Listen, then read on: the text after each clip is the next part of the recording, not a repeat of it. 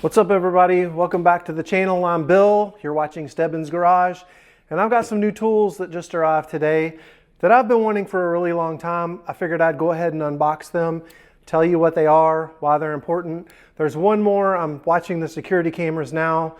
FedEx will show up any minute, and this one that is going to show up is the one that I'm most excited about. But let's open some of the boxes first.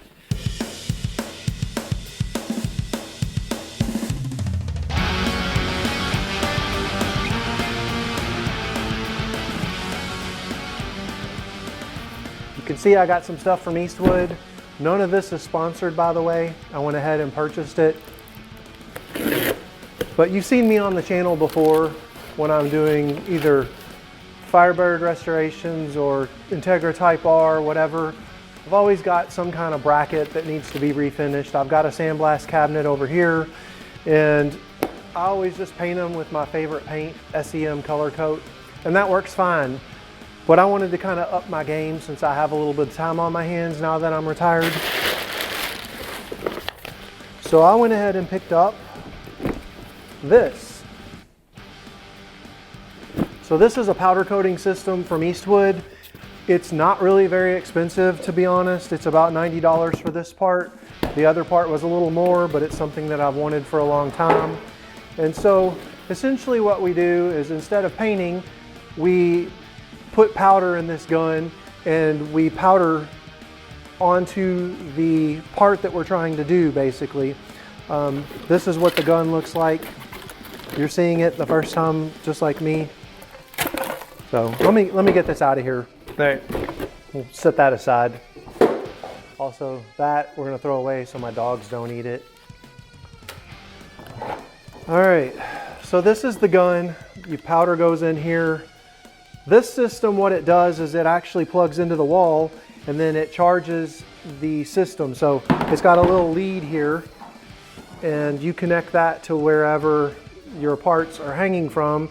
That sends a charge, and then that attracts the powder.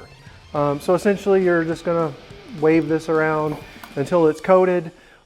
And then this is the other important part of the equation, an oven. So you have an oven that you put it in. There's a specified amount of time. I think it's 10 minutes at like 400 degrees.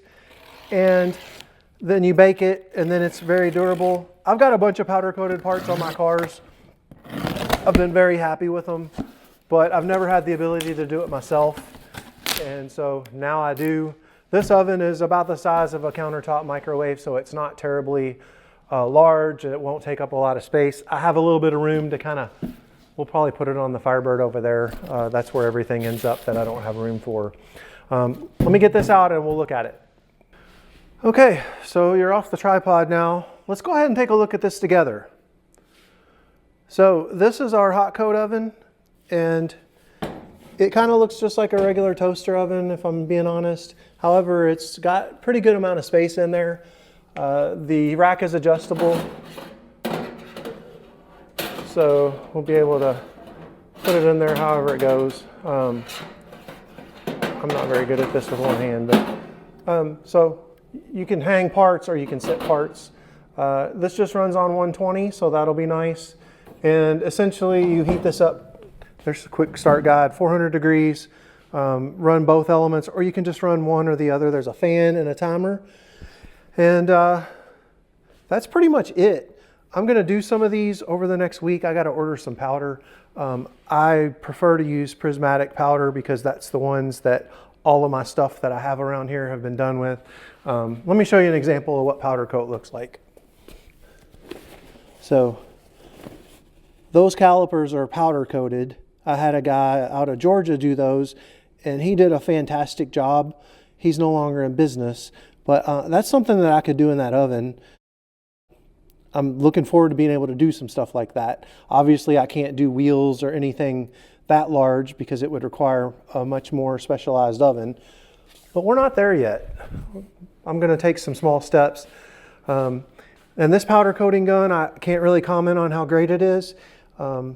Everything I read said just use the high voltage. It's got two settings. They've got one that's a little cheaper. I think I paid $90 for this one. They have one that was like $75, so it's not terrible. The oven, I want to say, was about 120 $20 or so, so not terrible. You can get a used wall oven off of Facebook Marketplace for $50 or $75 that somebody doesn't need. You don't need anything fancy. The reason I went ahead and got this is because, so if you do get a used wall oven, I was reading a lot of them are 220 volts, and I do have, you know, like a plug on my welder, for my welder, that runs off my lift. So I could use that, but for now I'm just going to use this. Obviously a wall oven would be better because it's larger, but if you look around my shop, I don't have a lot of wall space that I can use because this thing has been sitting here waiting on me to finish it for years. Instead, we ended up with the parts car parts. So we're still waiting. I've got my security camera up, watching for FedEx to show up with my last part. As soon as they get here, I'll pick up the camera again and show you what it is. I'm really excited about it. I get questions probably 4 or 5 times a week that would require me to have this, and I don't. So now I will. Just got to learn how to use it. But hang on, I think FedEx is here.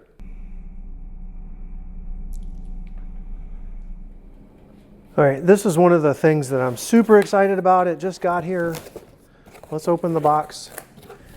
And I am firing up my oven just to make sure it all works. But, all right, this is the Einstar rocket. And you probably are asking, what the hell is a rocket? This is a 3D scanner. And the reason that I'm excited about this is because, so several times a week, there's something I need to 3D print or design, and I don't have a scanner, so I can't do it because, you know, sometimes there's just complex shapes.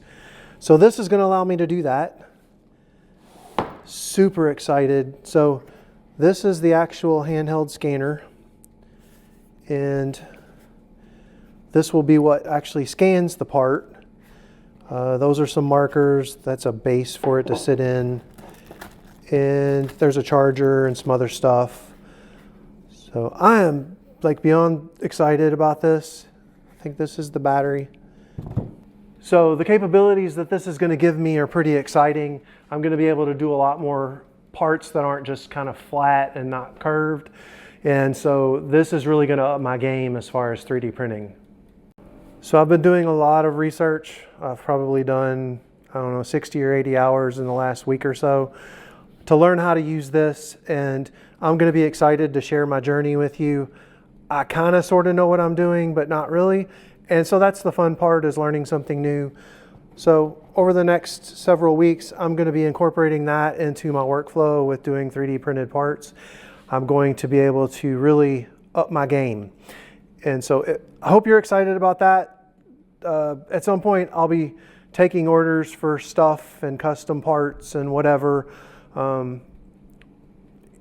Obviously, this stuff is not cheap, and the time that it takes to do is not cheap. So we'll have to figure all that out later. I'm going to start, there's a couple parts that I want to make for myself, and I'll start with some simple stuff, and then from there I'm just going to kind of continue to ramp up until I'm really comfortable. So anyway, it's a snowy Friday, and I've been cooped up all week, so I thought I'd get out in the garage for a little bit and give you a little bit of content on kind of what I'm doing and how I'm investing in not only my business but my channel. And I hope you're excited about that stuff. If there's something that I should be making first, let me know in the comments. I'll see you on the next one.